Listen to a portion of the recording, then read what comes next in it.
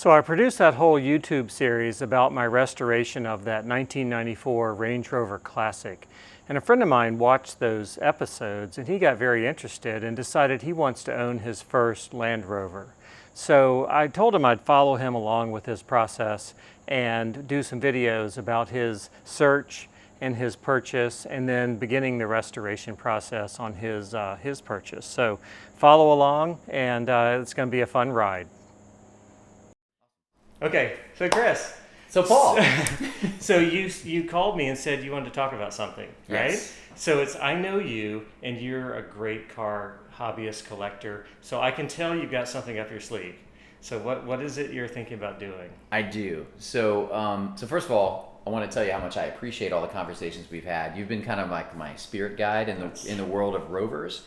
I'm a Porsche guy. That's the world I know. I know a lot of Porsche guys who also like Land Rover, Range Rover stuff. Yeah. So there seems to be some shared qualities there. But this is a new world for me. I've never owned a Range Rover or a Land Rover, and you've been super helpful. You've done some of the sweetest builds I've ever seen, including the nicest Range Rover Classic I've ever seen. I wish I had bought that truck, but someone made you a deal you couldn't refuse. Well, I'm glad you're looking at, I mean, they're not the oldest ones, but they are older, you know, and I like those so much. Oh, Thank cheers. you. Thank you, Ava. So, cheers. All right. And you've given me a lot of great advice about what to look for in these old Land Rovers, Range Rovers. And you've also given me great advice around really trying to hone in on what I want before I just go out there and buy, which, cool.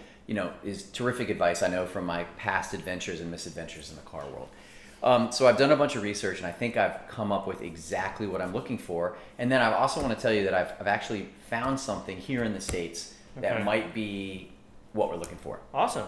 So after a lot of soul searching, I've realized that a Range Rover Classic is really where my heart's at. I know you have the nicest Defender 90 I've ever seen in my life, and I love those trucks.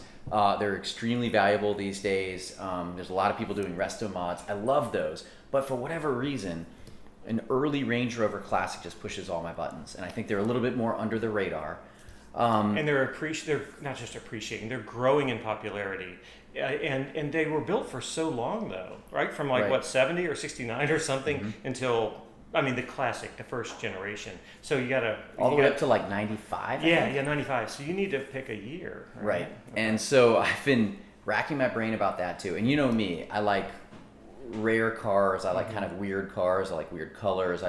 I like stuff that's off the beaten path. So what I've decided is, even though the truck that you built that was so gorgeous looks like this. True, yeah. Right? Your classic Range Rover 4-door US spec. Right. I've decided that what I really want is something that looks like this, which is a two-door Range Rover Classic. The problem is that they never sold these in the States. See, I'm not even sure I know that. So they didn't? To the best of my knowledge, you could not buy a two-door Range Rover Classic in the United States. I think I'm learning that right now for the first time. So that's great. And to make it even weirder, I want a manual transmission. You know me, I'm a manual transmission guy. That's cool. And they made these in manuals in Europe and in Africa and other places. But what I've also realized from driving some of my friends' Rovers is that I don't want a diesel. Diesels work great for certain applications. I'm planning on driving this every day. And honestly, I just think that for the type of driving I'm going to do, I really want a gas engine. I'm much more familiar with those. But the problem is, of course, is that finding a two-door, 5-speed gas engine Range Rover Classic in the United States is going to be really difficult. Right, and from what you just said, that means it would have been imported. Correct. Okay. Period. Yeah. Okay. Yep. And as you also know, with costs being what they are, it's actually quite expensive to import one from Europe between all the importation costs, the VAT tax, the shipping, the vetting you're going to have to do over there to make sure you're not buying a piece of junk. And then there's the whole left-hand, right-hand drive thing. Another great point I should have mentioned, I would like a left-hand drive, two-door, 5-speed gas engine Range Rover Classic. So the pool is getting smaller. Shrinking. Okay. And this is what you've convinced me of, and I know you're right from having messed around with Porsches all these years, early Porsches. We have to find a rust-free one. Yeah. Right? Because these things, you look at them wrong and they rust. Yeah, I agree. So, I would take a rust-free body and frame over a nice engine. Okay, so all day long you can fix that. Rust can't always be fixed correctly if it gets too far. Anyway, so. I know, and from all the work that you've done on these trucks and other vehicles in the past, you've totally convinced me. So we got to find a non-rusty one, which generally means we're going to want to probably find one not from the UK, because that would be right-hand drive and probably rusty. We're going to need to go to some arid part of Europe or elsewhere. North Africa, something, and try to find one of those. So I tell you all of that to tell you this. Okay. I found one in the States that we wouldn't have to import. Okay. And while it's not perfect, I think you and I can make it perfect. Okay. For what I'm looking for. It hits those things you listed? Yes. Okay. It appears to be rust-free. All right. It is indeed a left-hand drive. Left-hand drive. Two-door. 5-speed, 2-door. What year? It's a 1990, which is actually a little newer, because a lot of these were, they had the 3.5 liter carbureted V8s, and you saw those in the early to mid 80s. Yeah. This one is actually, I like this too, because as a 1990, it's a sweet spot for me, because it's got electronic fuel injection, and it's got the bigger displacement engine, a 3.9, which is pretty similar. Your Rover had a 4.2 because it was a long wheelbase truck, but it might be the same block. Very similar engine, torquey engine. Pretty reliable if you don't warp the heads. Sure. And so I like that setup a lot. And some folks I've talked to have said the 3.9 5-speed combo is the closest thing you're going to find to like an enthusiast Range Rover. Cool. So you're killing me. I know. So you found one for sale? I have. It doesn't look rusty, and the other thing I really like about it is in the past 2 years, it's had something like $18,000 spent on mechanical work. Nice. So I prefer I'd prefer the mechanical to lead the cosmetic. Cosmetic is like the dessert, so good that it sounds like it wasn't. It's going to paint something that's not in good shape underneath doesn't work for me. Oh, wow. So it's Alpine White, which is a classic color. I know. Chris, it's the same one. I know. Isn't that remarkable? It's Alpine White. It has a non-original interior that, at least online, I think looks pretty ugly.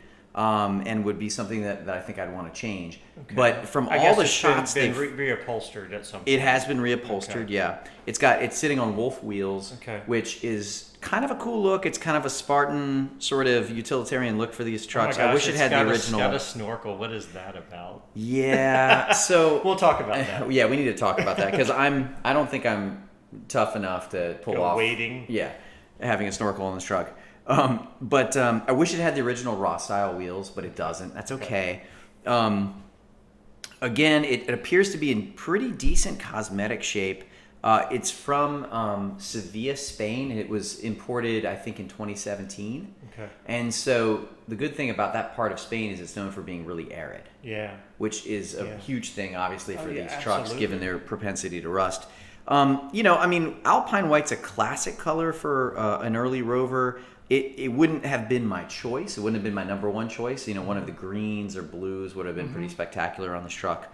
Or even like a what do they call that? Porsche calls it Bahama yellow, but it's a... Oh, I know the one. You know the one. I forget what Rover called it. Orange. Yeah. Those colors would be spectacular on this truck.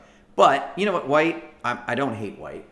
It's utilitarian, which is what I'm going for. The other thing I wanted to mention to you on this truck is that the reason, in my opinion, that Range Rovers got such a bad reputation here in the States is because the States always got the one laden with all the electronic doodads, right? Yeah. And that's the stuff that the heated seats, the power, everything. The air suspension is problematic. Cruise control and ABS, sunroof. The sunroof never works. Sunroof, power windows, power door locks, power seats, all the stuff you had to fix on your 94, I know. Right? It was a challenge. This truck has none of that. No sunroof. Crank down windows. Well, unfortunately, this one does have electric windows. Okay. And it does have AC, which I actually view as positive. And we're in Virginia, right? And we're in Virginia, so we're going to need that AC at some point. But in terms of it has a normal suspension. This was 1990. It was before they put the air suspension in. And has it been lifted? It has. Apparently, this is sitting on about a 1-inch lift with terra firma shocks. Which the Rover guys tell me is a really nice setup, but it's not a dramatic lift. I think it's tasteful, and I'll show you a couple pictures So you of the haven't interior. bought this. This is for sale. Well, So you yes. Now I'll want to tell you buy the it? bad news. I'll tell you the So bad is news. this? Where is it advertised? I mean, I'm sorry, I'm hammering you with questions, but Well, the bad news is that it's on Bring a Trailer, and you might ask Okay. yourself, well, why am I saying that's bad news? It's bad news because as a car aficionado, I like selling on Bring a Trailer, but I really don't like buying. Yeah. One, I think Bring a Trailer, it's a very efficient place for a seller because I think for the right car, you tend to get the best. you of money. find the true market value because of the Right. exposure bring a Correct. trailer But as a has. Yeah. buyer, I know. I'd much I know. rather find I know. some asymmetry in the market that I can I know. take advantage of. Yeah. So I don't like Bring a Trailer for that reason. The other thing is just that I find the auction process, frankly, really stressful. Stressful, yes. I don't love it, and I don't like the emotionality that goes with Yeah. bidding at auctions. Yeah. So I've bid on maybe 5 or 6 cars over the years on Bring a Trailer. I've never won one because I've always had too much price. I don't know if the term is. Discipline, or maybe I was just being silly and should have bid more, but I've never won a car on bat, I think, because auctions make me nervous. Okay. So unfortunately, this car's on auction, but who knows? I mean, one of the good things about bat is that it brings out a bunch of people that know about these cars, and Yeah. sometimes Yeah. you can even find out about the specific car. In this case, what's interesting is that someone dredged up an auction from just about 4 or 5 months prior where this car was sold on P-Car Market, which is a different auction That's site. a strange Very strange. venue. Very strange. But what was interesting is that I actually felt like that auction presented the truck in a little bit more straightforward manner, and I was Okay. able to learn more about the truck. You saw all the write-ups and the Yeah. pictures there. Right, and the pictures were less flattering, but I Okay. like that, right? The pictures were Okay. more just kind of like, here it is, and I was able to learn, I think, a little bit more about particularly the quality of the interior, which I think is actually pretty rough. Okay. And also I should mention that the truck bid, the truck was sold on P-Car Market for a price that appears to be lower than what the reserve is here. So it's unclear to me whether that'll affect the end hammer value. But I think I want you to look at this, Paul, in a lot more detail. I'm going to send you the link to this. Cool. But I think I'm going to be a bidder in this auction. So who knows? Well, what I would may happen. enjoy riding shotgun with you to figure this out. On the surface, I'm very excited for you. All right, so Chris. Hey, what's up, Paul? Thanks for coming over. You said you wanted me to come over, and I can tell that you have something to report. Maybe some good news. Did you? I haven't been watching the Bring a Trailer auction. I poked in one time. I saw your handle, but I don't know how it ended because I couldn't tell from the outside. It wasn't obvious. I don't think it closed. No, it didn't. So that's Okay. the interesting thing. So I do have some news for you, which is why I'm buzzing here with energy. Okay. I did not win the auction. That's the bad news. Do you want to order some? What can I Oh, have for you today, thank sir? you. You know what? Maybe just some sparkling water, lime, if you got it. Okay, just 2. What would you like, Paul? Sparkling water, great. Perfect. Thank you very much. So, I've I'm heard the service here is excellent. It's excellent. They're so nice too. Yeah, they really are. Most of the time. Yeah, so like, I didn't win, but neither did Okay. anyone else because it didn't meet reserve. Okay, all right. And I think there's a number of different reasons for that, because I think actually the truck is a really good truck. I think one of the reasons it didn't make reserve is because some information came to light that the truck was purchased only like a few months before for a lower price on a different auction site. Oh, so the interweb figured that out. They People did. were posting. And Yes, things? and I'm glad they did. Okay. But and then there was some interesting exchanges between the seller and some of the posters. Standard BAT drama. No doubt about it. But I have obviously, as the high bidder, the seller contacted me, and the good news, and the reason I've got some of my favorite single malt whiskey here, is that we were able to come to an agreement that I found acceptable. Cool. And he's going to throw in a pair of Tornadoes, which are Defender wheels, like the kind that probably came on your D90. The 5-spoke silver. Mm-hmm. Yeah. He had a beautiful pair of those just kind of sitting in the warehouse, and I was able to use that as some negotiation points, yeah, to get him to where he wanted to get to with the truck, and so yeah. All right, so you got it, but you don't have it yet. I don't have it yet. Where no. is it So, again? It's in the Midwest. It's in the Midwest, yeah. It's in St. Louis, All right. but it's only been in St. Louis for a very short period of time, maybe less than maybe a half a year. Okay. So this guy's obviously flipping it. Okay. But what's interesting enough is that it was actually brought from Spain. Remember, we talked a while back about how the truck was coming from Spain originally, 2017. It was bought by an auto enthusiast not that far from here. So the truck came from Europe to the Mid-Atlantic. Okay. I think the guy that bought it was in, I want to say, D.C. or Baltimore. Okay. Maybe Baltimore, and somewhere in Maryland. Yeah. And then it went to St. Louis for a few months after it was auctioned last October, and now it's going to come back to Virginia. But right now it's in St. Louis. Okay. So number of different options. Unfortunately, work for me right now is absolutely crazy, Okay. and I got a lot of family stuff going on too. Yeah. And I'm just not going to be able to do the thing that that I love to do, which is to make a big road trip out Well, of I this. think I might have mentioned at one point, if you find something far away, we could do a road trip. But whatever. So Right. you've got a plan. I wish we could. Okay. I wish we could, but it's Okay. just not feasible right now. But I do have a plan B, which is pretty cool. Okay. So my friend Charlie. Yes. Charlie is he's a Renaissance man. He's one of my favorite people. One of the greatest rock guitarists I've ever had the pleasure of seeing. He's a Yes. wonderful musician, big brain, just a complete raconteur, great guy. He's also a massive car fanatic like you and I. Yeah. And the last car road trip I took, which was like last April when the sports car that we acquired, Charlie and I actually went out to Nashville to pick that up and made a whole road trip out of it. And so even though it breaks my heart not to do another one with you and Charlie, Sure. Charlie has agreed. He's in between. He's not on the road right now with his band, so he's agreed to go out to St. Louis and pick the car up for us, bring it back. He's going to make a couple music-related stops in Nashville and So Asheville, North Carolina. He'll fly one way. Fly one way to St. Louis, Yeah. pick it up, drive it to, I believe his first stop is going to be Nashville, where his manager lives. Okay. Then he's going to take that from Nashville to Asheville to do some demo recording with some friends in a recording studio in Asheville, North Carolina, Awesome. and then mosey his way, probably via the Blue Ridge, back to Virginia and make a little trip of So it. 2 or 3 days. I think he's going to be out 4 days, 4 3 or days. 4 days, just kind of taking When? it easy. So When is this going to happen? it's not happening for about 3.5 weeks, all right. which, of All course, right. I'm like eager to I get my know. hot little hands on the car and I know. check out what we've got. But yeah, I'm pretty That's stoked great. about it. Congratulations. Well, thank you. Here, So let it's me the pour you same. some It's whiskey. the same one. While you pour that, it's the same one that you showed me, the white one, 2-door, Correct. left hand. Let me get it right. Left-hand drive from Spain. V8, 3.9. I see how good my memory is. Oh, you're good. Gas, manual, AC. Exactly. Right? That's exactly.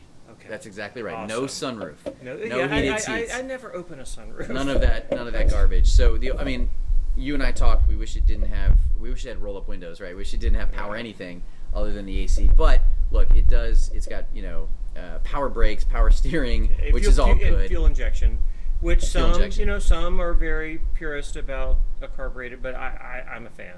Yeah, EFI makes it easy. There you go. Thanks. Congratulations. Excuse me, sir, will that be all for you today? I believe so. I think we're just gonna sit out and enjoy this unseasonably warm weather. Thank you. Excuse me, ma'am. Yes? Everything was wonderful today, but I do have a confession to make. Yes? There may be a new car entering the household in a few weeks, and I just wanted to see what you thought of it. It's this 1990 Range Rover Classic 2-door. Really, Dad? Another car? Oh, now you know. That was about the reaction I was expecting. That's awesome. Congratulations, That's good. Chris. Really, I can't wait to see it. I can't wait to drive it. We'll have a lot of fun. It's gonna be a lot of fun. And we're gonna document, right? 100%. We're gonna make little video vignettes or whatever. I mean, I think like one of the things that made your last Rover so special was that you had that whole video log of the entire process. And if you're up for it, I thought maybe we could do that again. We'll do it. And I think it'll be a lot of fun, and I'm going to try to get the kids involved in the process, and Okay. so they get a little sense for what it's like to maintain and upgrade a vintage car. That's great. I think it's going to be super fun. It's Yep. going to be a learning experience for all of us. I love it. Okay, enough of the build-up. Next episode, Charlie goes to St. Louis to pick up this two-door Range Rover Classic, and we start the process and the joy and the heartbreak of trying to restore a Land Rover of this age.